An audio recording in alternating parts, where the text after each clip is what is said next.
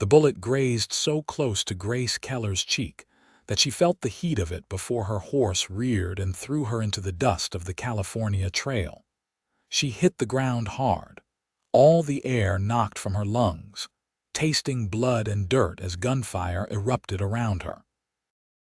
The stagecoach she had been riding alongside was already disappearing in a cloud of dust, the driver too terrified to stop for a single woman on horseback. Grace rolled toward a cluster of rocks, her heart hammering against her ribs as bullets kicked up spurts of earth around her. 3 men on horseback were bearing down on her position, their faces covered with bandanas, their intentions clear in the way they spread out to surround her. She reached for the pistol at her hip, knowing even as she did that it would not be enough. Grace had left St. Louis 3 weeks ago with nothing but determination and desperation driving her west to California, to Eureka, where her aunt supposedly ran a boarding house. The aunt she had never met, whose address had been scrawled on a piece of paper Grace had found in her mother's belongings after the fever took her.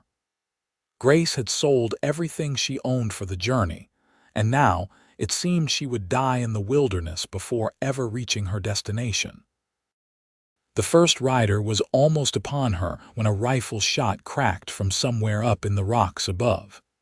The sound was different from the pistols the bandits carried, deeper and more authoritative. The lead rider jerked in his saddle and tumbled backward off his horse, hitting the ground and not moving again. The other 2 wheeled their horses around, searching for the source of this new threat. Grace pressed herself against the rocks, her breath coming in short gasps. Another shot rang out, and the second rider's hat flew off his head. He did not wait for a third shot, spurring his horse back the way he had come. The third bandit fired wildly into the rocks before following his companion in retreat, leaving their dead companion behind. Silence settled over the canyon, broken only by the sound of Grace's ragged breathing and the nervous stamping of her horse, which had wandered a short distance away. She stayed pressed against the rocks, her pistol raised, not knowing if her rescuer was friend or foe. "You can come out now." The voice came from above, deep and rough as gravel, but somehow gentle despite its roughness. "They are gone." Grace did not move immediately, her eyes scanning the rocks above her. After a moment, a figure emerged from the higher ground and Grace's breath caught in her throat. He was the largest man she had ever seen, well over 6 feet tall with shoulders that seemed broad enough to block out the sun.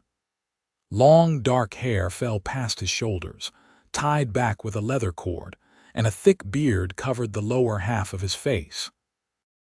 But it was his eyes that held her attention, pale blue like mountain ice, watching her with an intensity that made her feel both exposed and somehow safe at the same time. He moved down from the rocks with a grace that seemed impossible for a man his size, his buckskin clothing and the rifle in his hands marking him as a mountain man, one of those solitary souls who preferred the wilderness to civilization. His arms, bare from the elbows down where his shirt was rolled back, showed muscles that rippled with each movement, and Grace found herself staring at the sheer physical power contained in his frame. "Are you hurt?" he asked, and Grace realized she was still sitting in the dust, her pistol trained on him despite the fact that he had just saved her life. "No," she managed, lowering her weapon with trembling hands. "I do not think so." She touched her cheek where the bullet had passed so close, and her fingers came away with blood, though it was only a scratch. The mountain man was beside her in 3 long strides, and Grace found herself looking up at him, her neck craning back to meet his eyes. He crouched down, bringing himself closer to her level, and reached out one large hand. Grace flinched instinctively, and something flickered across his face, something that might have been sadness or understanding. "May I?" he asked, gesturing to her cheek. His voice was softer now, and Grace found herself nodding before she quite realized what she was agreeing to. His fingers were surprisingly gentle as they tilted her face to the side, examining the scratch. His hands were calloused and rough, the hands of a man who worked with them every day, but his touch was careful as though he was afraid she might break. "Grace," she said suddenly, not sure why she felt compelled to tell him her name. "My name is Grace, Grace Keller." The mountain man's eyes met hers and something shifted in his expression. He said her name slowly, as though tasting each syllable, rolling it around in his mouth like something precious. Grace. The way he said it made it sound like something beautiful, something sacred. No one had ever spoken her name like that before. Grace had grown up in a St. Louis tenement where her name was usually shouted in anger or slurred in drunkenness. Her father had died when she was young, leaving her mother to take in washing and sewing to keep them fed. Grace Keller had been just another mouth to feed, another burden, another person in the way. Her mother had loved her in her tired, worn-down way, but there had been no softness in their lives, no room for tenderness. "Grace," the mountain man said again, and this time it sounded like a prayer. "It is a good name, a fitting name." He released her face and stood, offering her his hand. "I am Pierce Elwood. Folks call me Pierce." Grace took his hand and let him pull her to her feet. His grip was warm and steady, and she felt the strength in it, even though he was clearly being careful not to hurt her. Standing this close to him, she barely came up to his chest, and she had to tilt her head back to meet his eyes. "Thank you," she said, and was annoyed to hear her voice shake. "You saved my life, Mr. Elwood." "Pierce," he corrected, and then he did something she did not expect. He smiled, just a slight curve of his lips beneath the beard, but it transformed his entire face, making him look younger and less intimidating. "And you are welcome, Grace." There it was again, her name spoken like something precious. Grace felt heat rise to her cheeks and looked away, suddenly aware that she was covered in dust and blood and probably looked like something the cat dragged in. She brushed ineffectually at her skirt, which was torn at the hem and stained beyond redemption. "Your horse," Pierce said, and Grace looked up to see him walking toward where her mare stood grazing on a patch of scrub grass, apparently unconcerned with the recent violence. He caught the reins easily and led the horse back to Grace, running one large hand down the mare's neck in a soothing gesture. "She is unharmed." "More than I can say for myself," Grace said, attempting a laugh that came out more like a cough. The adrenaline was wearing off now, leaving her shaky and cold despite the California sun beating down on them. Pierce was watching her with those intense blue eyes, and Grace had the unsettling feeling that he could see right through her. Past the brave face, she was trying to maintain to the terrified woman beneath. "You should not be traveling alone out here," he said, but there was no judgment in his voice, only concern. "These trails are not safe." "I had no choice," Grace said, and was horrified when tears suddenly pricked at her eyes. She blinked them back furiously, turning away so he would not see. "I was with a stage coach, but they left me behind. I was trying to catch up when those men appeared." "Where are you heading?" Pierce asked, and Grace heard him move closer, though he did not touch her. "Eureka," she said, getting control of herself and turning back to face him. "I have an aunt there. She runs a boarding house. I am hoping she will take me in." Pierce nodded slowly. "Eureka is still 2 days' ride from here, maybe 3 if you encounter more trouble." He was quiet for a moment, and Grace could almost see him thinking, weighing options.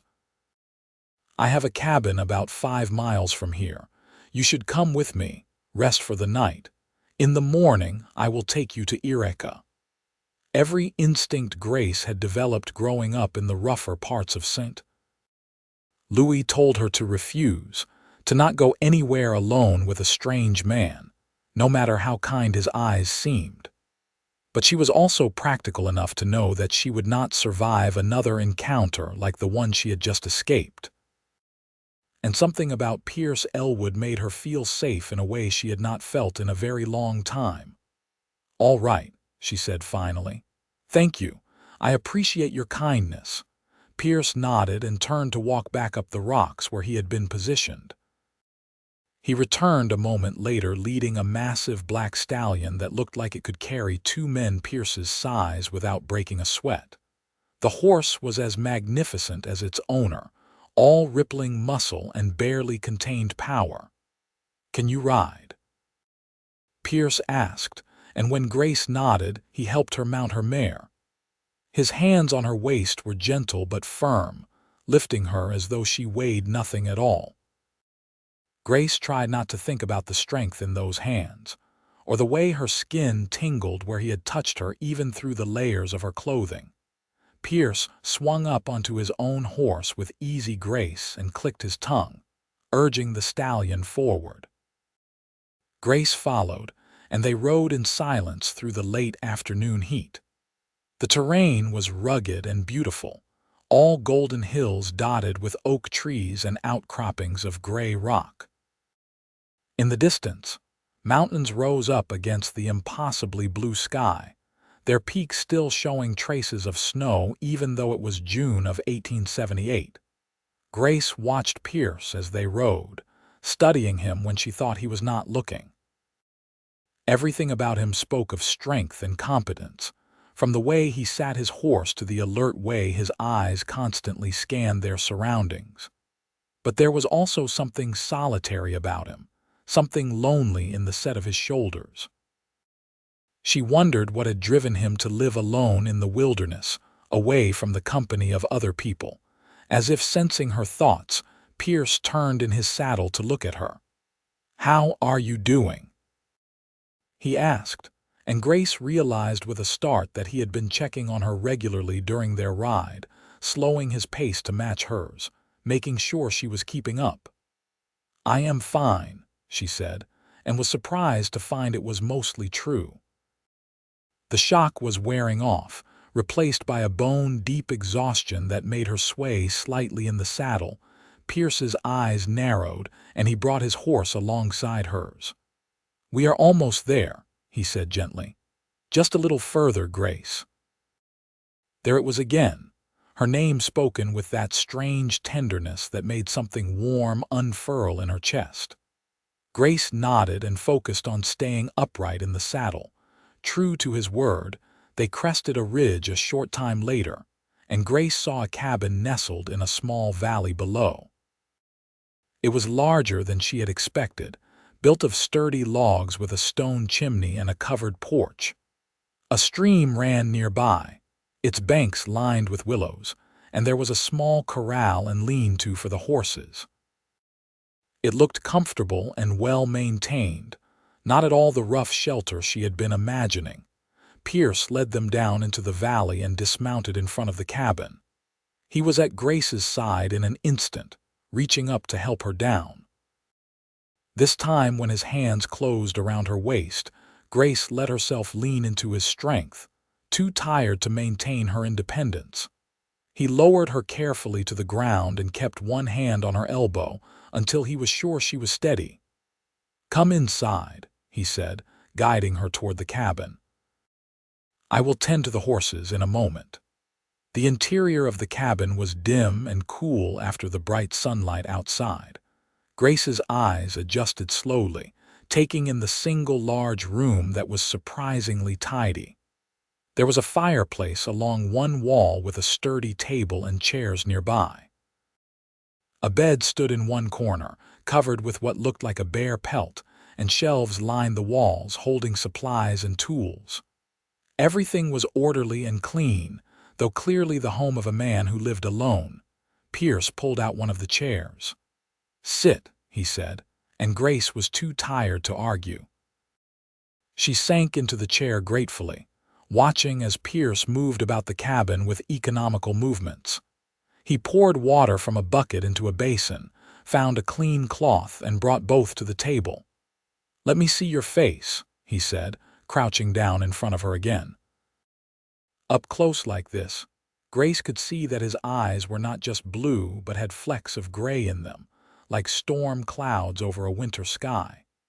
His face beneath the beard was weathered but handsome, with strong features and sun-bronzed skin. Pierce dipped the cloth in the water and gently cleaned the scratch on her cheek. His movements were patient and careful, and Grace found herself relaxing under his ministrations. She studied his face as he worked, noting the small scar above his left eyebrow, the way his hair fell forward over his shoulders, the concentration in his expression as he tended to her injury. "You are good at this," she said softly. Pierce's eyes flicked to hers for a moment before returning to his task. "I have patched myself up enough times," he said, "and I had to care for my mother when she was ill before she passed." "I am sorry," Grace said, and meant it. "I lost my mother recently as well, to fever." Pierce's hand stilled, and he looked at her with understanding in his eyes. "I am sorry, Grace," he said, and the way he said her name with such gentle compassion made the tears she had been holding back all day finally spill over. She tried to stop them, mortified to be crying in front of this stranger, but they came anyway, great hiccuping sobs that shook her whole body. Pierce set aside the cloth and, without a word, pulled her into his arms. Grace stiffened for a moment, surprised by the embrace, but then something in her broke, and she buried her face against his chest and wept. She cried for her mother, for the loss of everything she had known, for the fear and loneliness of the past weeks, for the violence of the day and the uncertainty of her future. And through it all, Pierce held her, one large hand stroking her back in soothing circles, the other cradling her head against him. "It is all right," he murmured, his deep voice rumbling through his chest. "You are safe now, Grace, I have you." Grace did not know how long she cried, only that when she finally pulled back, embarrassed and exhausted, Pierce's shirt was soaked with her tears. "I am so sorry," she said, unable to meet his eyes. "I do not know what came over me." Pierce cupped her face gently, tilting it up until she had no choice but to look at him. "Do not apologize," he said firmly. "You have been through much today. You are allowed to cry." His thumbs brushed away the tears still clinging to her cheeks, and Grace felt her breath catch at the tenderness of the gesture. "Thank you," she whispered, and Pierce nodded, letting his hands drop from her face. She immediately felt the loss of his touch, which was ridiculous. She had only met this man hours ago. Pierce stood and moved to the fireplace, building up a fire with practiced efficiency. "Are you hungry?" he asked. "I have venison stew from yesterday. I can heat it up." Grace's stomach growled in response, reminding her that she had not eaten since early morning. "That would be wonderful," she said. She watched as Pierce hung a pot over the fire and stirred the contents, his movements economical and sure. He cut thick slices of bread from a loaf and set them on the table along with butter and honey. When the stew was hot, he ladled generous portions into 2 bowls and brought them to the table. The food was simple but delicious, and Grace ate with an appetite she had not had in weeks. Pierce ate as well, though she noticed he kept glancing at her as if making sure she was all right. It should have been awkward, sharing a meal with a strange man in his isolated cabin, but somehow it felt natural, comfortable. "How long have you lived here?" Grace asked, breaking the silence. Pierce looked around the cabin as if seeing it for the first time. 5 years, he said. "I came out here after my mother died. I needed space, quiet. The wilderness has always made more sense to me than towns and people." "You not get lonely?" Grace asked, then immediately regretted the personal question. "I am sorry, that is none of my business." But Pierce did not seem offended. He was quiet for a moment, considering. "I did not think I did," he said slowly. "But sometimes I go weeks without speaking to another person." I suppose I got used to the loneliness." His eyes met hers across the table. "Today has reminded me what I have been missing." Grace felt heat rise to her cheeks and looked down at her bowl. She could feel Pierce's gaze on her, steady and warm, and she was suddenly very aware that they were alone, miles from anywhere, and night was falling outside. As if reading her thoughts, Pierce stood and moved to a large trunk in the corner of the cabin. He pulled out blankets and a pillow and carried them to the bed. "You will sleep here," he said, making up the bed with fresh linens. "I will sleep outside under the stars. It is warm enough." "I cannot take your bed," Grace protested, but Pierce shook his head. "You will, and that is final," he said, but there was no harshness in his tone, only determination. "You need proper rest after what you have been through today." He finished making up the bed and turned to her. "There is a screen in the corner if you wish privacy to change. I will go tend to the horses and give you time to settle in." Before Grace could protest further, Pierce was gone, the door closing softly behind him. Grace sat in the quiet cabin, listening to the crackle of the fire and the distant sound of Pierce moving around outside. She felt strange, off balance in a way that had nothing to do with the attack earlier.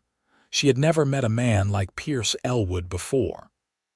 In St. Louis, men had looked at her with hunger or dismissal, had spoken to her with roughness or indifference when they spoke to her at all. But Pierce looked at her like she was something precious, spoke her name like it was sacred. He had held her while she cried and asked nothing in return, had given up his own bed without hesitation, treated her with a gentleness that was almost painful in its unfamiliarity. Grace rose and moved behind the screen, changing out of her torn and dusty clothes into her spare dress, which was only slightly cleaner. She took down her hair and brushed it out as best she could, then braided it for sleeping. When she emerged, Pierce was back inside, checking the fire and making sure everything was secure for the night. He turned when he heard her, and Grace saw something flash in his eyes as he took in her unbound hair, something that made her pulse quicken. But all he said was, "Do you have everything you need?" Grace nodded. "Thank you, Pierce, for everything. I do not know how I can ever repay you." Pierce moved closer, and Grace had to tilt her head back to maintain eye contact. "You do not owe me anything, Grace," he said softly. "I am just glad I was there when you needed help." He reached out and tucked a strand of hair behind her ear, his fingers lingering for just a moment against her cheek. "Sleep well. I will be right outside if you need anything." Grace climbed into the bed after he left, sinking into the mattress stuffed with what felt like pine needles and grass. The bare pelt was heavy and warm, and the pillow smelled like Pierce, like pine and leather and something indefinably masculine. She lay in the darkness, listening to the sounds of the wilderness outside, and felt safer than she had felt in months, possibly years. She drifted off to sleep thinking about pale blue eyes and gentle hands, about her name spoken like a prayer. Grace woke to the smell of coffee and bacon frying. For a moment she was disoriented, not recognizing her surroundings, but then the events of the previous day came flooding back. She sat up, pushing her braid over her shoulder, and saw Pierce at the fireplace, cooking breakfast. He must have heard her stir because he turned and smiled. "Good morning, Grace," he said, and there it was again, that tenderness in his voice when he spoke her name. "I hope I did not wake you. I wanted to get an early start if we are going to make Eureka before dark." Grace climbed out of bed, suddenly self-conscious about her appearance. She must look like a disaster, but Pierce's eyes held nothing but warmth as they met hers. "Good morning," she said, "and thank you for letting me sleep. I feel much better." It was true. The exhaustion from yesterday had faded, replaced by a curious mixture of nervousness and anticipation. Today Pierce would take her to Eureka, to her aunt's boarding house, and then he would return to his cabin and his solitary life. The thought made Grace feel strangely hollow. They ate breakfast together, and Grace found herself memorizing details about Pierce, as if she could hold onto them after they parted ways.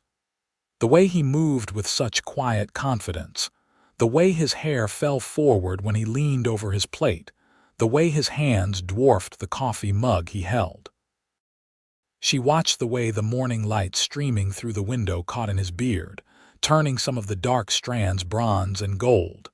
After breakfast, Pierce helped her saddle her horse while he prepared his own. The morning was cool and beautiful, the air crisp and clear. As they rode out of the valley, Grace found herself looking back at the cabin, feeling an unexpected pang of regret at leaving it behind. The journey to Eureka took most of the day.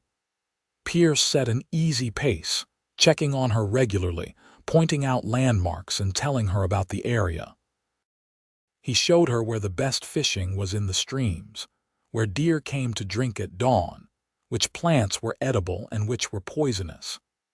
Grace found herself hanging on his every word, fascinated by his knowledge of the wilderness and by the quiet passion in his voice when he spoke about it. They stopped at midday to rest the horses and eat the provisions Pierce had packed.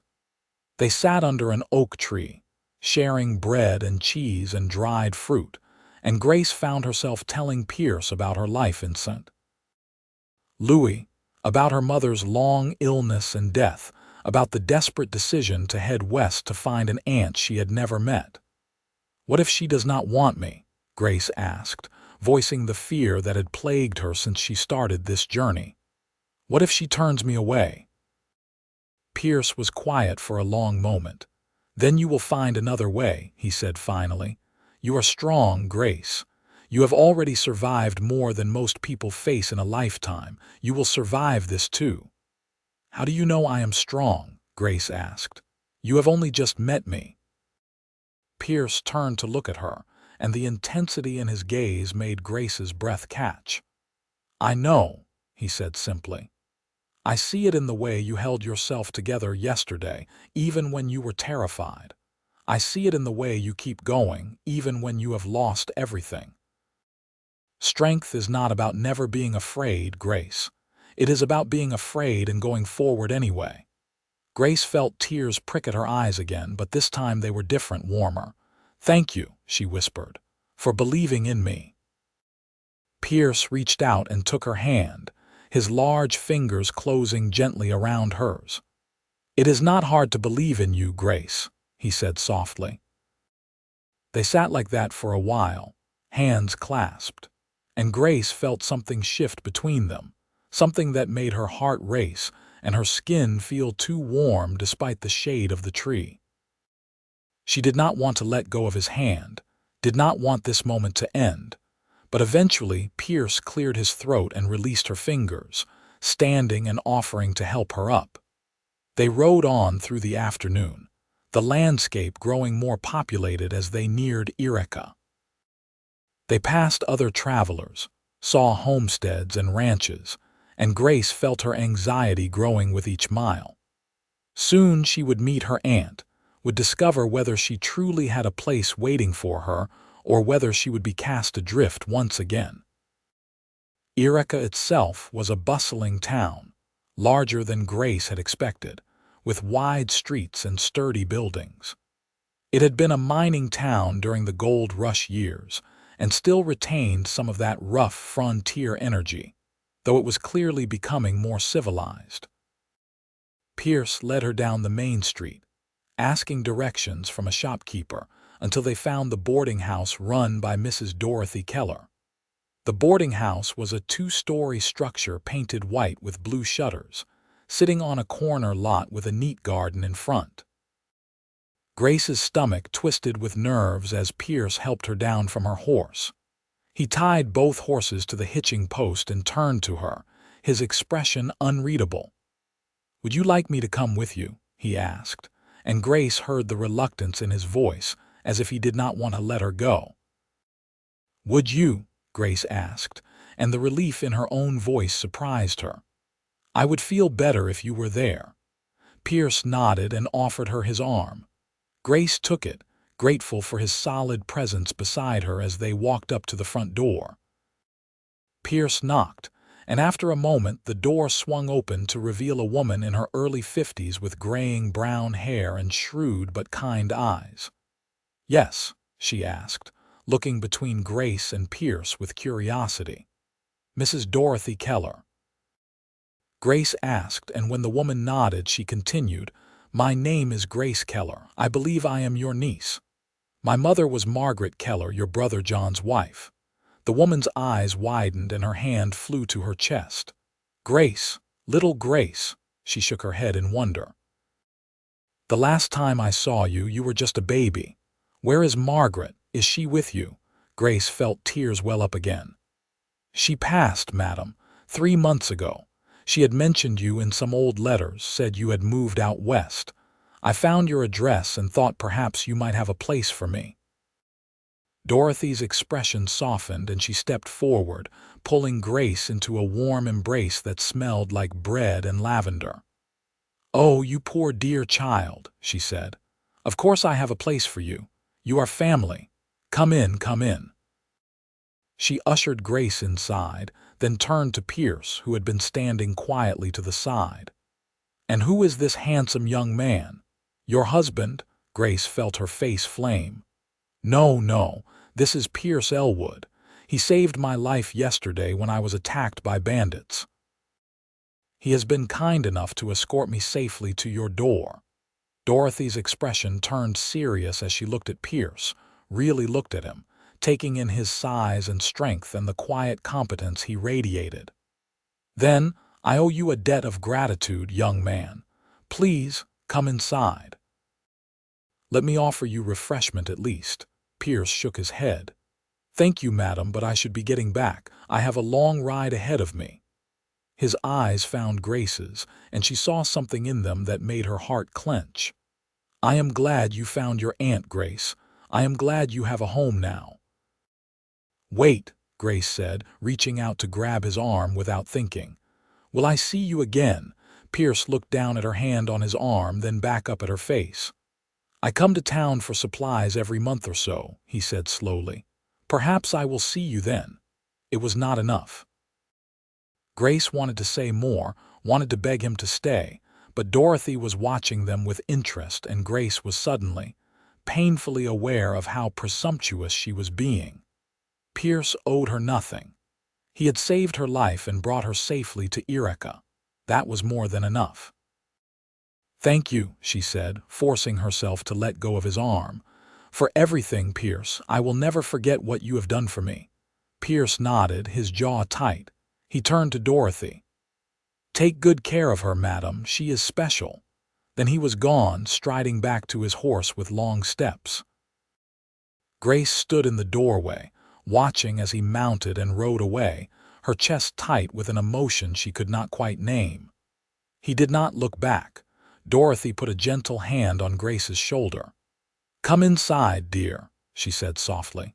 "Let me show you your room and we can talk about everything over tea."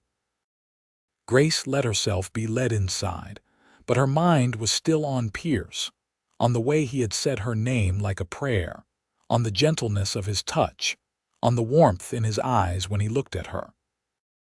She had known him less than 2 days, but somehow she felt like part of her heart had just ridden away with him. The weeks that followed were busy ones. Dorothy's boarding house had 6 rooms for rent, and most of them were occupied by miners and ranch workers passing through Eureka. Grace quickly made herself useful, helping with the cooking and cleaning, changing linens and serving meals. Dorothy was kind but expected everyone to pull their weight, and Grace was grateful for the work. It kept her hands busy and her mind occupied, but she could not stop thinking about Pierce. At night, lying in the small but comfortable room Dorothy had given her, Grace would replay those 2 days over and over in her mind. The way Pierce had appeared like something out of a legend to save her life, the gentleness in his hands when he cleaned her wounds, the warmth of his arms when he held her as she cried. The way he said her name, Grace had never had much time for romantic notions. Life in the Saint Louis tenements had been too hard, too focused on survival. But now she found herself daydreaming like a schoolgirl, wondering where Pierce was, what he was doing, whether he ever thought about her the way she thought about him. She told herself she was being ridiculous. Pierce was a solitary mountain man who preferred the wilderness to civilization. He had been kind to her because that was the sort of man he was, not because he felt anything special toward her. The tenderness she thought she had heard in his voice when he spoke her name was probably just her own desperate longing for affection making her imagine things. But even as she tried to convince herself of this, Grace could not quite make herself believe it. There had been something in Pierce's eyes when he looked at her, something that went beyond simple kindness. She had seen the reluctance with which he had left her at Dorothy's door, had felt it mirrored in her own chest. "You are pining," Dorothy said one morning about 3 weeks after Grace's arrival. They were in the kitchen, preparing breakfast for the boarders, and Grace had been staring out the window without realizing it, her hands idle on the dough she was supposed to be kneading. Grace blinked and looked down at her hands, quickly resuming her work. "I am not pining," she said, but even she could hear how unconvincing she sounded. Dorothy chuckled, a warm, knowing sound. "My dear girl, I have been running this boarding house for 15 years. I have seen every type of lovesickness there is, and you have it bad. That mountain man really made an impression on you, did he not?" Grace felt her cheeks heat. "He saved my life," she said defensively, "and he was very kind to me, that is all." "Hum," Dorothy said, clearly not believing a word. "Well, if it is just gratitude, then you have nothing to worry about, do you?" But Grace was worrying. She worried every day that passed without seeing Pierce again. She worried that he had forgotten about her, or worse, that he remembered her but had decided she was not worth pursuing. She worried that she had misread everything between them, that what she thought had been a connection had been one-sided all along. Then one Saturday morning in late July, Grace was sweeping the front porch when she looked up and saw him. Pierce was riding down the main street on his black stallion, a pack mule trailing behind him loaded with furs to trade. Grace's heart leaped into her throat and her hands tightened on the broom handle so hard her knuckles went white. He was just as she remembered him, tall and broad and commanding, his long hair tied back and his beard neatly trimmed. Even from a distance, she could feel the presence he radiated. Grace stood frozen on the porch, torn between rushing down to greet him and maintaining her dignity by pretending she had not been watching for him every day for the past 3 weeks. But the decision was taken out of her hands when Pierce turned his head and saw her. Their eyes met across the distance, and Grace saw his entire expression transform. The neutral, almost grim look he had been wearing melted into something warm and relieved and joyful. He immediately turned his horse toward the boarding house, his eyes never leaving Grace's face. Grace set down her broom with trembling hands and smoothed her apron, her heart racing so fast she felt dizzy. Pierce dismounted in front of the boarding house and tied his horse to the post, then stood there at the bottom of the porch steps, looking up at her with those ice-blue eyes that seemed to see straight into her soul. "Grace," he said, and hearing her name from his lips again after weeks of silence was like a benediction. He said it with such tenderness, such reverence, that Grace felt tears prick at her eyes. "Hello, Pierce," she managed, and was proud that her voice only shook a little. "I did not expect to see you so soon." Pierce's brow furrowed slightly. "I said I would come when I was in town for supplies," he said. "And I needed supplies." But Grace noticed that his pack mule was already loaded with trade goods, and she suspected he had not actually needed supplies quite yet. The thought made warmth bloom in her chest. "Would you like to come in?" Grace asked. "I am sure my aunt would love to see you again, and we have fresh coffee and pie." Pierce hesitated, and Grace saw conflict in his face. "I do not want to intrude," he said. "I just wanted to see how you were settling in. Make sure you were all right." "You could never intrude," Grace said firmly. "Please come in." Pierce nodded and climbed the steps, and Grace had to resist the urge to reach out and touch him, to make sure he was real and not just another daydream. She led him inside to the dining room, where several of the boarders were finishing their breakfast. Dorothy looked up from the table she was clearing, and her face broke into a wide smile. "Well, if it is not Mr. Elwood," she said warmly. "It is wonderful to see you again. Grace, get the man some coffee and pie. He looks half-starved." Pierce actually looked anything but half-starved, his powerful frame even more impressive inside the confines of the dining room, but Grace hurried to obey, grateful for something to do with her hands. She brought him coffee and a generous slice of apple pie, aware of the curious looks from the boarders and Dorothy's knowing smile. Pierce ate with good appetite, answering Dorothy's questions about his trade goods and his journey to town. Grace sat across from him, drinking her own coffee and trying not to stare. She noticed that Pierce's eyes kept drifting to her, that his attention was focused on her even when he was responding to Dorothy. When he finished eating, Pierce stood. "Thank you for your hospitality, madam," he said to Dorothy. "The pie was excellent." Then he turned to Grace. "Would you walk with me, Grace? I would like to talk to you if you can spare the time." Grace looked at Dorothy, who made a shooing motion with her hand. "Go on, dear. Your chores can wait. Take your time." Grace untied her apron with shaking fingers and hung it on a hook by the door. Pierce offered her his arm and she took it, feeling the solid warmth of him through his shirt sleeve. They walked out of the boarding house and down the street, neither speaking at first, just content to be near each other. "You look well," Pierce said finally. "Your aunt is treating you kindly." "She is wonderful," Grace said honestly. "She has made me feel so welcome. I work hard, but I am happy to earn my keep. It feels good to have a place, to belong somewhere."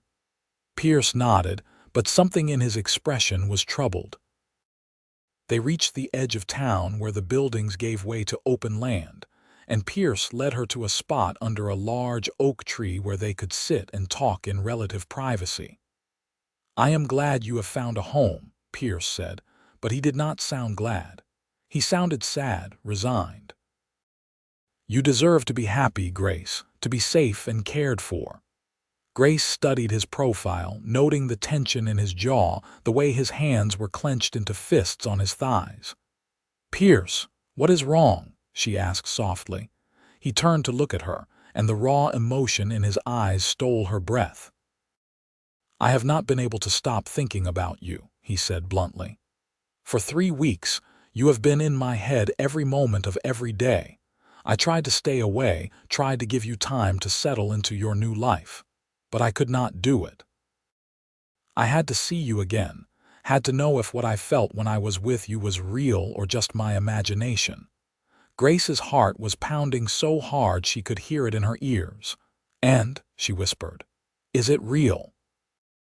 Pierce reached out and cupped her face with one large hand, his thumb brushing across her cheekbone with infinite gentleness. "Grace," he said, and this time there was no mistaking the way he said her name. It was a prayer, a plea, a promise all rolled into one. "You are the most beautiful thing I have ever seen. Not just your face, though you are lovely, but your strength, your courage, your kindness. The way you survived everything you have been through and still found the ability to trust me, to let me help you. I think I started falling in love with you the moment I saw you in the dust of that trail, covered in blood but with fire still in your eyes." Tears spilled down Grace's cheeks. "I thought I was imagining it," she said, her voice breaking. "The way you said my name, the way you looked at me. I thought I was making it up because I wanted it to be real so badly." Pierce's other hand came up to frame her face, his thumbs wiping away her tears. "You are not imagining anything," he said fiercely. "I meant every word, every touch. Grace, I know I have no right to ask this of you. I am just a mountain man with nothing to offer but a rough cabin and a hard life in the wilderness. But I have to know if you feel the same way, if there is any chance you could care for me the way I care for you." Grace laughed through her tears, the sound bright and joyful. "Care for you," she repeated. "Pierce, I have been pining for you since the moment you rode away. My aunt has been teasing me about it for weeks. I thought I would never see you again, and it felt like part of me was missing." Pierce's expression transformed, hope blazing in his eyes. "Grace," he breathed, and then he was kissing her. His lips were warm and gentle at first, tentative, as if he was afraid of scaring her. But Grace wrapped her arms around his neck and kissed him back with all the longing and love she had been holding inside for weeks. Pierce groaned and pulled her closer, deepening the kiss, one hand tangling in her hair while the other pressed against the small of her back. Grace had never been kissed before, had never wanted to be, but kissing Pierce felt like coming home. His beard was soft against her face, his mouth warm and sure, and Grace felt like she was flying, like her heart might burst from the joy of it. When they finally pulled apart, both breathing hard, Pierce rested his forehead against hers. "Grace," he whispered, and even though he had said her name 1,000 times, it still sounded like a prayer. "Will you marry me? Will you come back to the cabin with me and be my wife? I know it is fast, and I know I am asking you to give up the safety and comfort you have found here. But I promise I will spend every day of my life making sure you never regret it. I will love you and protect you and cherish you for as long as I live." Grace pulled back so she could look into his eyes. "Yes," she said simply. "Yes, Pierce, I will marry you. I do not care if the cabin is rough or the life is hard. I care about being with you. You are the first person who has ever made me feel truly seen, truly valued. The first person who ever said my name like it mattered, like I mattered." Pierce kissed her again, slower this time, sweeter, pouring all his love and devotion into it. When they finally made their way back to the boarding house, hand in hand, Dorothy took one look at their faces and started laughing. "Well," she said, "I suppose I should start planning a wedding." They were married 2 weeks later in Eureka's small church, with Dorothy and several of the boarders in attendance. Grace wore a simple white dress that Dorothy helped her sew, with wildflowers in her hair that Pierce had picked himself from the meadows near his cabin. Pierce wore new buckskins, his hair freshly washed and his beard neatly trimmed, and Grace thought he was the most handsome man she had ever seen. When the preacher asked Pierce to say his vows, Pierce took both of Grace's hands in his and looked into her eyes. "Grace," he said, and his voice was steady and sure, "I vow to love you with everything I am, to protect you, honor you, and cherish you for all my days, to say your name with tenderness every time I speak it, and to make sure you never doubt how precious you are to me." Grace was crying before he finished, and when it was her turn, she could barely speak through her tears. "Pierce," she managed, "I vow to love you with all my heart, to stand beside you through whatever life brings us. To build a home with you, not just a house, but a place filled with love and laughter and joy. Thank you for seeing me.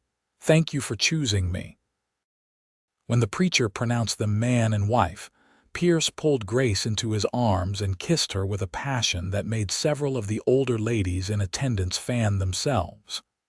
Grace did not care. She kissed her husband back with equal fervor, her heart so full she thought it might overflow. They spent their wedding night at the boarding house, in Grace's small room that Dorothy had decorated with flowers and candles. Pierce was gentle with Grace, patient and tender, showing her the physical side of love with the same care he showed in everything else.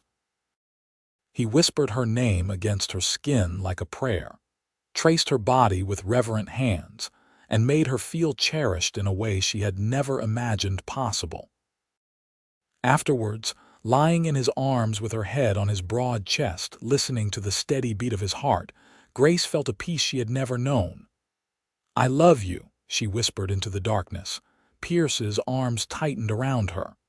"Grace," he murmured, pressing a kiss to the top of her head. "My Grace, I love you more than I have words to say." They left for the cabin the next morning, Dorothy tearfully hugging Grace goodbye and making her promise to visit often. "You have a home here whenever you need it," Dorothy said, "but I can see that your true home is with him." The journey back to Pierce's Valley took 2 days, and Grace spent them in a daze of happiness, still unable to quite believe that this was her life now. That she was married to this incredible man, that she would wake up every morning in his arms, that she would never be alone again. When they crested the ridge and Grace saw the cabin below, she felt a surge of joy. This was her home now, not the building itself, but the life she would build there with Pierce. The first weeks of married life were an adjustment. Grace had to learn how to cook on an open fire, how to preserve meat and vegetables for the winter, how to tend the small garden Pierce had planted. Pierce taught her to fish in the stream, to identify animal tracks, to read the weather in the clouds.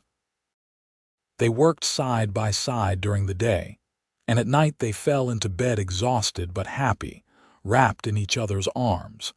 Pierce was everything Grace could have wanted in a husband and more.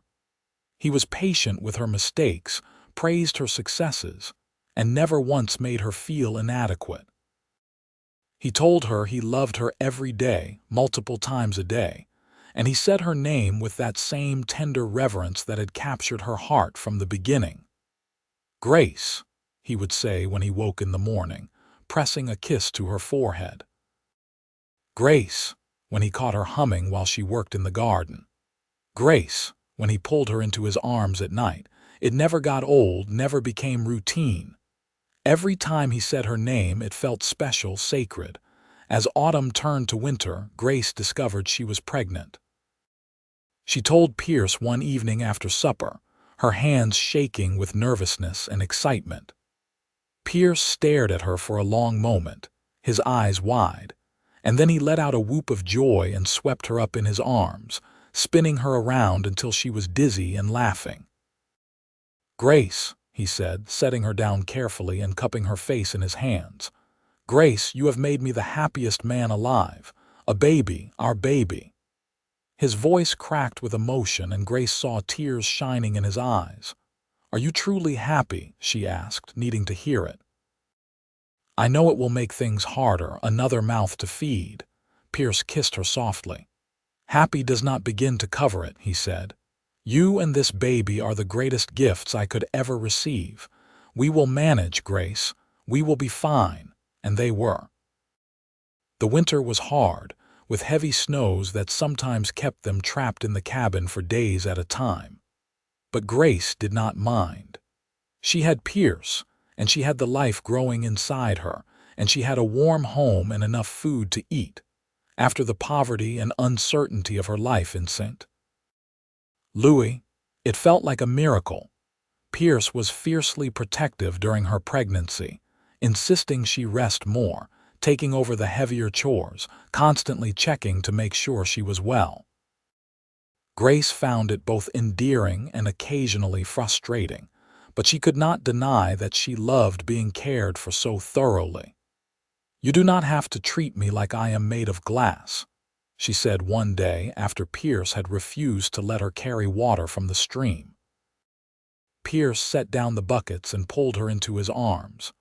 "I know you are strong, Grace," he said, "but you are carrying our child. Let me take care of you. Let me show you how much you mean to me." Grace melted against him, her frustration evaporating. "I love you," she said. "Grace," Pierce murmured and kissed her deeply. "I love you too, always." Their son was born on a warm spring day in late April of 1879, with Dorothy in attendance to help with the birth. Pierce had ridden to Eureka a week earlier to fetch her, not willing to risk Grace delivering without help. The labor was long and hard, and there were moments when Grace thought she could not go on, but Pierce stayed by her side the entire time, holding her hand, wiping her forehead, murmuring words of encouragement. "You can do this, Grace," he said over and over. "You are the strongest person I know. You can do this." And she did. When their son finally entered the world, red-faced and wailing, Pierce actually cried. He held the baby with infinite care, his huge hands cradling the tiny body, and looked at Grace with such love and awe that she started crying too. "He is perfect," Pierce whispered. "Grace, he is perfect.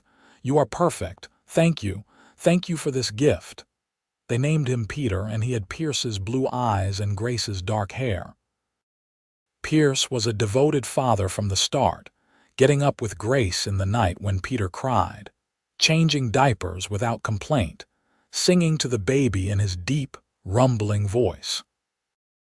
Grace would watch them together and feel her heart expand with love, unable to believe that this was her life, that she had been blessed with such happiness.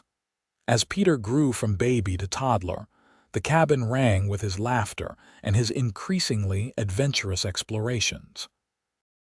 Pierce built him a small wooden horse, carved toys, carried him on his shoulders as they walked around the valley. Grace sewed clothes, told stories, and marveled at how much joy one small person could bring. They made trips to Eureka every few months, staying with Dorothy and letting Peter play with the children of the boarders. Dorothy doted on her great-nephew, and Grace was grateful that her son would grow up knowing family beyond just his parents. When Peter was 3, Grace became pregnant again. This time she was less nervous, more confident, and the pregnancy was easier. Their daughter was born in the dead of winter, during a snowstorm that trapped them in the cabin for days afterward. Pierce delivered the baby himself this time, his hands steady despite his fear, and Grace fell even more in love with him watching his strength and courage. They named their daughter Elena, and she had Grace's green eyes and Pierce's stubborn determination. With 2 children, the cabin was more crowded and chaotic, but also more filled with love and laughter than Grace had ever imagined possible. "Grace," Pierce said one night after they had finally gotten both children to sleep. They were sitting by the fire, Grace tucked against his side with his arm around her shoulders. "Do you ever regret it? Marrying me, leaving town to live out here?" Grace twisted to look up at him, surprised by the question. "Regret it? Pierce, how could you even think that?" Pierce was quiet for a moment. "I know this life is hard," he said. "I know you work from dawn to dusk, that we do not have the comforts you could have had if you had married someone else, someone who could give you a proper house in town, pretty dresses, an easier life." Grace took his face in her hands, forcing him to meet her eyes. "Pierce Elwood," she said firmly, "I have never been happier in my life than I am right here, right now with you. You gave me something more precious than pretty dresses or an easy life. You gave me love. Real, honest, unconditional love. You see me, Pierce. You have always seen me. You say my name like it is sacred, and you make me feel valued every single day. I would choose this life with you, with our children, over any other life imaginable. Do you understand?" Pierce pulled her into a fierce kiss. "Grace," he whispered against her lips, "my Grace, I do not deserve you." "Yes, you do," Grace said. "You deserve all the love I have to give and more." The years passed in a blur of work and love and laughter. Peter grew into a strong, curious boy who followed his father everywhere, learning to hunt and fish and track. Elena was a spirited girl with her father's love of the wilderness and her mother's practical nature. They added a room to the cabin to give the children their own space, and Pierce built Grace a proper kitchen with a cookstove he had hauled all the way from Eureka. Grace's life was full in a way she had never imagined it could be.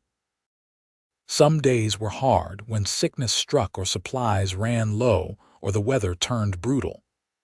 But even on the hardest days, she had Pierce by her side, saying her name with tenderness, holding her when she needed comfort, making her laugh when she needed joy. They celebrated their 10th anniversary in the summer of 1888, with Dorothy and some friends from Eureka traveling to the cabin for a party. Peter was 9, and Elena was 6, both running wild with the other children while the adults talked and laughed around a bonfire Pierce had built. As the sun set and the stars came out, Pierce pulled Grace away from the crowd, leading her down to the stream where they could be alone. He took both her hands and looked into her eyes with that intensity that still made her breath catch after all these years. "Grace," he said, and his voice was thick with emotion. 10 years ago, I saved you from bandits on a dusty trail, and you saved me right back. You saved me from loneliness, from a half-life lived in isolation. You gave me love and children and a home that is so much more than just a building. You gave me purpose and joy and a reason to wake up grateful every single morning." Tears were streaming down Grace's face. "Pierce," she whispered, "you changed my life. Before you, no one had ever spoken my name with kindness, let alone love. You taught me what it means to be valued, to be cherished. You are everything to me." Pierce kissed her then, slow and deep, and Grace felt the same spark she had felt the first time their lips met. When they pulled apart, Pierce rested his forehead against hers. "Grace," he murmured, and even after all these years, after thousands of times hearing her name from his lips, it still sounded like a prayer, like something sacred and precious. "I will love you until the day I die and beyond if I can. You are my heart, my home, my everything." "And you are mine," Grace said. "Always and forever, Pierce. Always and forever." They stood there by the stream as the stars wheeled overhead, wrapped in each other's arms, and Grace thought about the terrified woman she had been 10 years ago, alone and desperate on a wilderness trail. She thought about how close she had come to death, and how instead she had found life, real life, full and rich and overflowing with love. She had never heard her name spoken with tenderness before Pierce. But now she heard it every day, whispered like a sacred prayer by the man who loved her, the man who had given her everything. And Grace knew, with absolute certainty, that she was exactly where she was meant to be. The years continued to unfold like the pages of a beautiful story. Peter grew into a fine young man, tall and strong like his father, with that same quiet confidence and gentle strength. Elena blossomed into a bright, spirited young woman who could outshoot most of the men in Eureka, and had inherited her mother's determination and her father's love of the wild places. Grace and Pierce grew older together, their love deepening with each passing year. Silver threaded through Pierce's dark hair and beard, and lines appeared at the corners of Grace's eyes, but to each other they were as beautiful as the day they met. Pierce still said Grace's name with that same tenderness, still held her like she was precious beyond measure, still looked at her with love shining in his ice-blue eyes. When Peter was 18, he met a girl in Eureka and fell in love with the same swift certainty that his father had. Grace and Pierce watched their son court his sweetheart with gentle amusement and deep joy, remembering their own whirlwind romance. When Peter married and brought his bride to live in a new cabin he built near his parents, Grace cried happy tears and hugged her son tight. "You have found what your father and I have," she told him. "Real love. Cherish it, nurture it, never take it for granted." "I learned from the best," Peter said, looking over at Pierce, who stood with his arm around Grace's waist. "I watched how Dad treats you, how he loves you." That is the kind of husband I want to be. Eleanor took longer to settle, spending her late teens and early 20s helping manage Dorothy's boarding house after Dorothy's health began to fail. But at 23, she met a rancher who could match her spirit and strength, and she married him in a joyful ceremony that brought the whole valley together in celebration. Dorothy passed peacefully in her sleep at the age of 78, with Grace holding her hand. "You have been a daughter to me," Dorothy whispered. "I am so glad you found your way to Eureka all those years ago, so glad you found your Pierce." "I am glad too," Grace said through her tears. "Thank you, Aunt Dorothy, for everything, for giving me a home when I needed one, for believing in love." The boarding house passed to Grace, and though she and Pierce still lived primarily in their cabin, they made frequent trips to town to manage the property and rent out the rooms. It gave them a steady income and kept them connected to the community that had supported them for so many years. On their 25th anniversary, Pierce took Grace on a trip back to the spot where they first met, where he had saved her from the bandits all those years ago. They were both in their late 40s now, but they rode their horses with the same ease they always had, and the wilderness was as beautiful as Grace remembered. Pierce helped her down from her horse at the cluster of rocks where she had taken shelter that day, and they stood together looking at the landscape. "Do you remember how terrified you were?" Pierce asked softly. "I remember," Grace said. "And I remember seeing you come down from those rocks and thinking you were the biggest, most intimidating man I had ever seen. And then you spoke my name, and everything changed."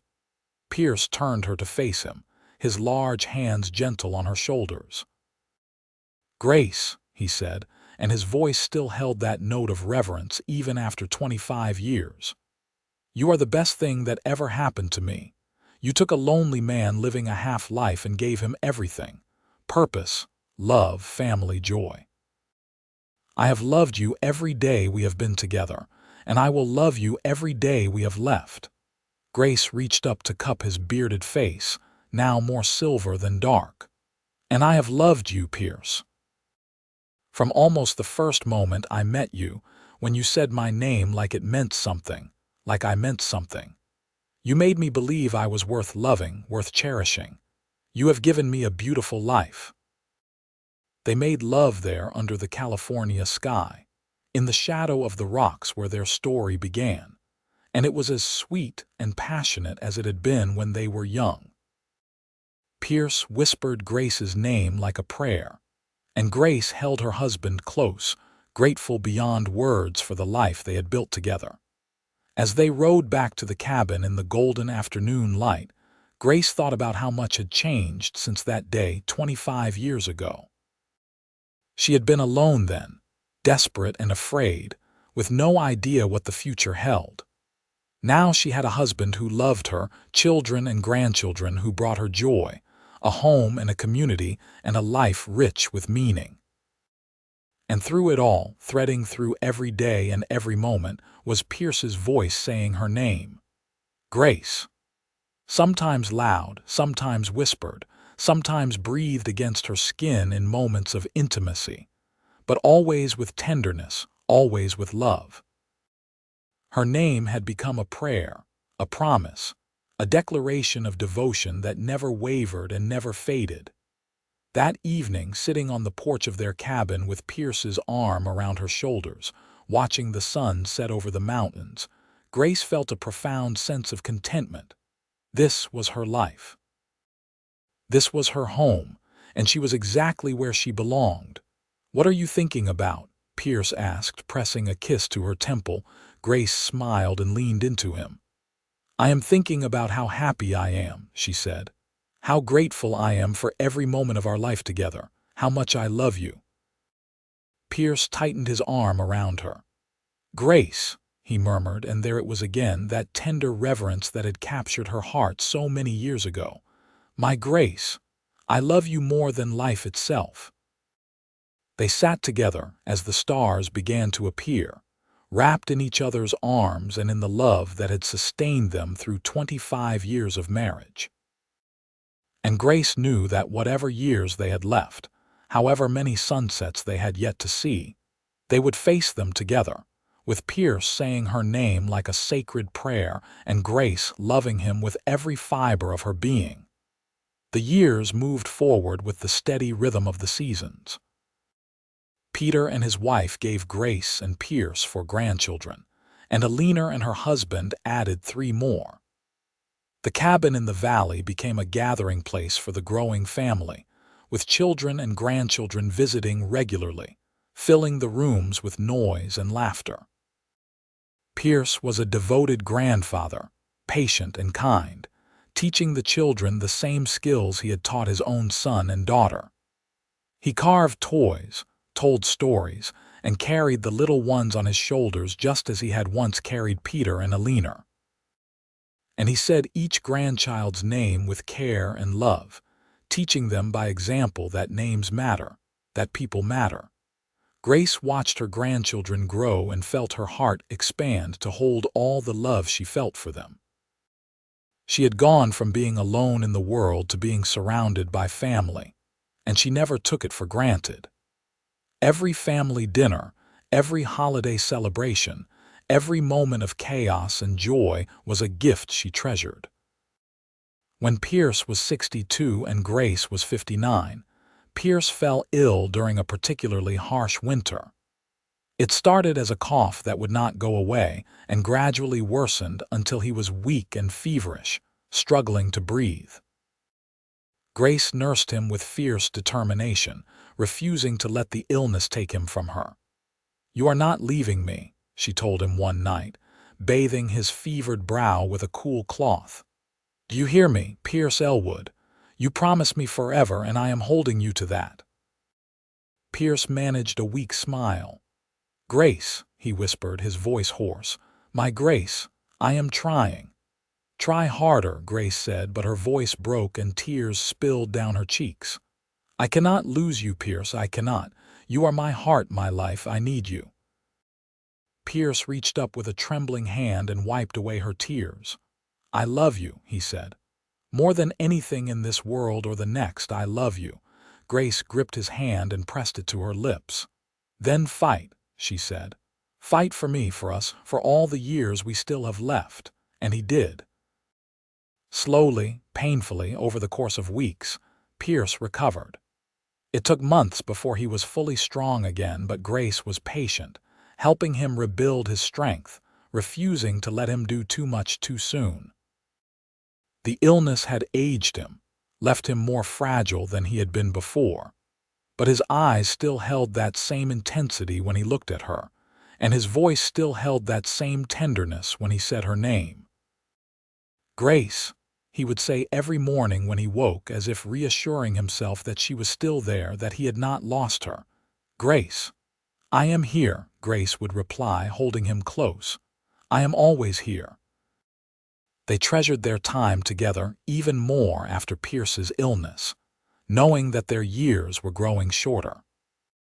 They made trips to visit their children and grandchildren, took walks through the valley that had been their home for so long, sat together on the porch watching sunsets and holding hands like young lovers. On their 40th anniversary, the entire family gathered at the cabin for a celebration. There were children running everywhere, food covering every surface, laughter and music filling the air. Grace stood in the middle of it all, watching her family with tears of joy in her eyes, feeling overwhelmed by the blessings of her life. Pierce found her there and pulled her into his arms. He was 77 now, his hair completely silver, his body more stooped than it had been, but he still stood tall and strong when he held her. "Grace," he said, looking around at their children and grandchildren, "look at what we built. Look at the legacy of our love." Grace looked up at him, at the man who had saved her life, and then filled it with so much love and joy. "It is a beautiful legacy," she said, "and it all started because you said my name with tenderness, because you made me believe I was worth loving, Pierce cupped her face in his weathered hands. "Grace Keller Elwood," he said, using her full name. "You were always worth loving. Always. From the moment I first saw you, covered in dust and blood but with such fire in your eyes, I knew you were special. I knew you were meant to be mine, and I was meant to be yours." They danced that night under the stars, moving slowly to music played on a fiddle by one of their grandsons. All around them, their family celebrated, but Grace and Pierce only had eyes for each other. They moved together with the ease of 40 years of partnership, their bodies knowing each other as well as their hearts did. "I love you, Grace," Pierce whispered in her ear as they swayed. "I will love you beyond death, beyond time, beyond everything." "And I love you," Grace whispered back. "Forever and always, Pierce. Forever and always." The music ended and the party wound down, and eventually everyone left or went to bed, leaving Grace and Pierce alone on the porch. They sat together in the quiet darkness, holding hands and listening to the night sounds of the wilderness they both loved. "No regrets?" Pierce asked softly. Grace turned to look at him, at this man who had been her entire world for 40 years. "Not a single one," she said firmly. "Marrying you was the best decision I ever made. Loving you has been the greatest joy of my life." Pierce brought her hand to his lips and kissed it gently. "Grace," he murmured, and even now, even after 40 years and thousands of times hearing her name from his lips, it still sounded like a prayer, like something sacred and precious and irreplaceable. They lived 8 more years after that anniversary. Years filled with more grandchildren and even a few great-grandchildren. They watched their family continue to grow and flourish, saw their children become grandparents themselves, witnessed the love they had shared ripple out through generations. Pierce passed peacefully in his sleep at the age of 85, lying in the bed he had shared with Grace for nearly half a century. Grace woke that morning to find him gone, his hand still clasped in hers, his face peaceful and calm. She sat there for a long time, holding his hand and crying, feeling like part of her heart had been torn away. But even in her grief, Grace knew she had been blessed. 48 years of marriage, 48 years of love and laughter and partnership. 48 years of hearing her name spoken with tenderness, of being cherished and valued and adored. Not everyone got that. Not everyone got even a fraction of what she and Pierce had shared. They buried Pierce on a hillside overlooking the valley, under an oak tree where he used to sit and watch the sunset. The entire family came for the funeral, and Grace stood surrounded by children and grandchildren and great-grandchildren, all of them living proof of the love she and Pierce had shared. That night, alone in the cabin that felt so empty without Pierce, Grace sat by the fire and spoke his name. "Pierce," she said softly. "My Pierce, thank you for loving me. Thank you for saying my name like it was sacred. Thank you for giving me a beautiful life." The fire crackled and the wind whispered through the trees outside, and Grace could almost hear Pierce's voice on the breeze, deep and warm and full of love. "Grace," it seemed to say. "My Grace." Grace lived another 7 years after Pierce's death, surrounded by her family, telling stories about the mountain man who had saved her life, and then filled it with so much love. She told her grandchildren about how Pierce had said her name with such tenderness, how he had whispered it like a prayer, how he had made her feel precious every single day of their marriage. "That is what real love looks like," she would tell them. Not just the grand gestures, though those matter too, but the small moments, the daily choices to be kind and gentle and tender. The way you say someone's name matters. The way you treat them matters. Love is in the details, in the consistency, in showing up every single day and choosing each other over and over again. When Grace passed at the age of 83, surrounded by family and at peace, her last word was a whispered name: Pierce. And in her mind's eye, she saw him clearly, tall and strong and smiling, reaching out his hand to her. She took it without hesitation, and together they walked into whatever came next. They buried Grace beside Pierce on the hillside under the oak tree, their graves marked with simple stones that bore their names and the dates of their long lives. But their real legacy was not in the stones, but in the family that continued to gather in the valley, in the stories that were told and retold through the generations, in the love that rippled out from that first moment when a mountain man saved a frightened woman and said her name with tenderness. Years later, one of Grace's great-great-granddaughters would find herself in trouble, alone and afraid, and a stranger would help her. And when that stranger said her name with unexpected gentleness, she would remember the family story about Grace and Pierce, about how love can come when you least expect it, about how the way someone speaks your name can change your entire life. The legacy of Grace and Pierce lived on, not just in the blood that flowed through their descendants, but in the lessons they had taught about love and kindness, and the importance of treating people with tenderness. Their story became a touchstone, a reminder that real love exists, that it is worth fighting for, worth building a life around. And somewhere, perhaps in the rustle of the wind through the oak trees on that hillside, or in the quiet of the valley where their cabin still stood, carefully preserved by their family, you could still hear it. Grace, whispered like a sacred prayer, answered by Pierce, spoken with equal love.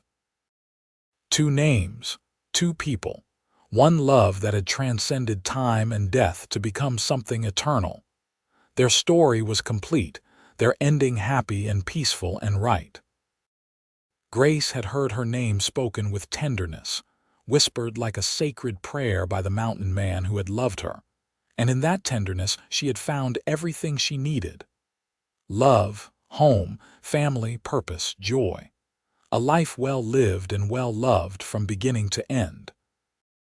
And that, as they say in all the best stories, was exactly as it should be.